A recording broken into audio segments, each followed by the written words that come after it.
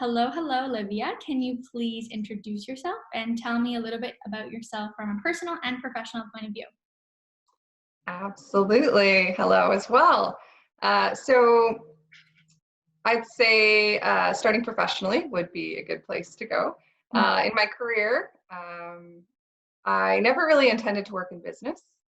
I was raised in a blue collar family, and growing up, I was quite passionate about psychology, likely from personal experiences. And so I studied this in university and also found an unexpected interest in labor, the history of labor and the history of labor movements.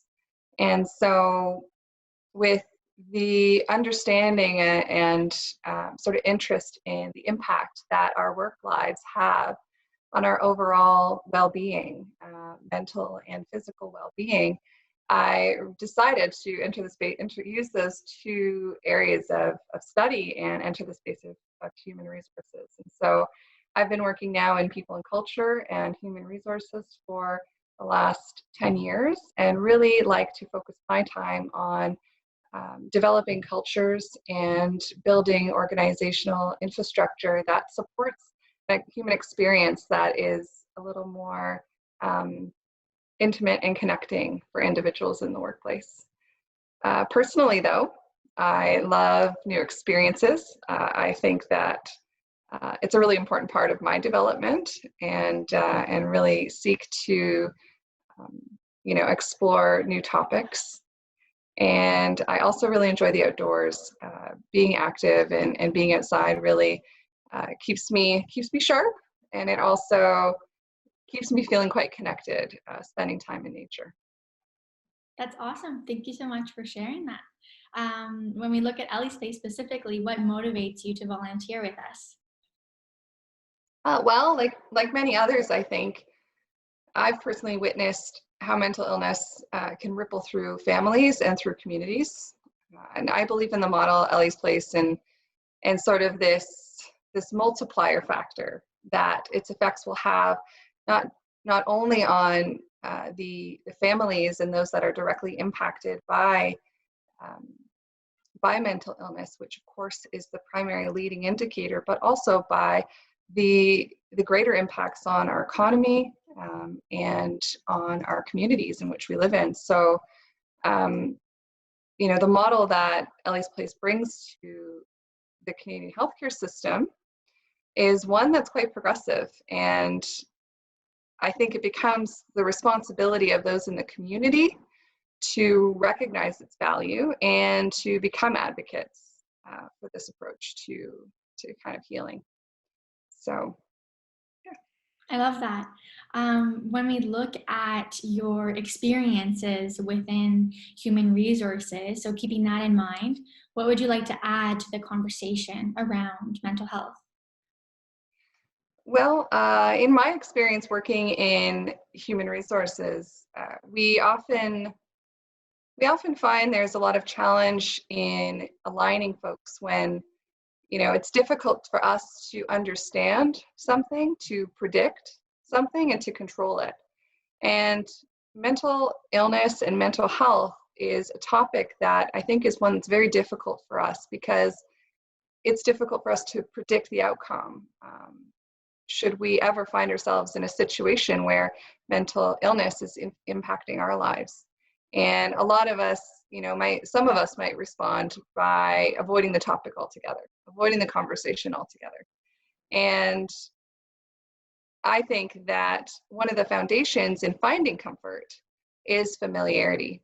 And so making conversations around mental health and mental illness a more common topic for ourselves, we'll be able to find some comfort in the uncomfortable and open ourselves up to understand the important role that each of us can play in changing that future.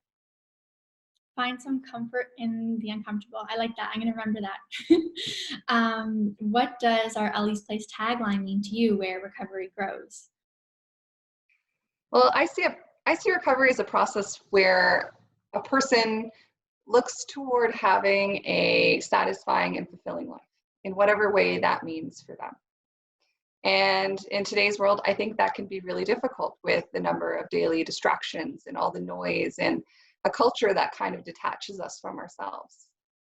So for me, the idea of where recovery grows is about reconnecting the human experience with nature, for those of us that need it most, and allowing us to relearn how to live in a way where, those who are participating in that recovery are able to feel connected to themselves and their environment, and that hopefully can help them regain an understanding and an appreciation for the process of growth and improvement, and build some of the skills needed to re-enter the world that we know, and the world where there is a lot of noise, and continue their journey to recovery. I love that. Very, very unique response. Last question for you. I'm just curious. When we look at the notion of stigma, and you touched on this a little bit, can you elaborate a little bit more? And do you think that more change is required within this space for people that live with mental illnesses? Absolutely, absolutely. I mean, we're scared of what we don't know, and we may be motivated to create and control a rationalization to what we don't understand. And when we think of stigmas and how they evolve in our community, it is somewhat to the same element that we're participating in that rationalization, just on a greater scale. And so I think that, if we want to overcome this, we have to start the conversation, and we have to be courageous about it, to have the conversation in the first place. Well, thank you so much, Olivia, for chatting with me. I think your insights and your passion are very, very clear, and Ellie's Place is very, very lucky to have you. So thank you. Thank you. I feel very lucky to be a part of an organization with such an impactful mission. So thank you.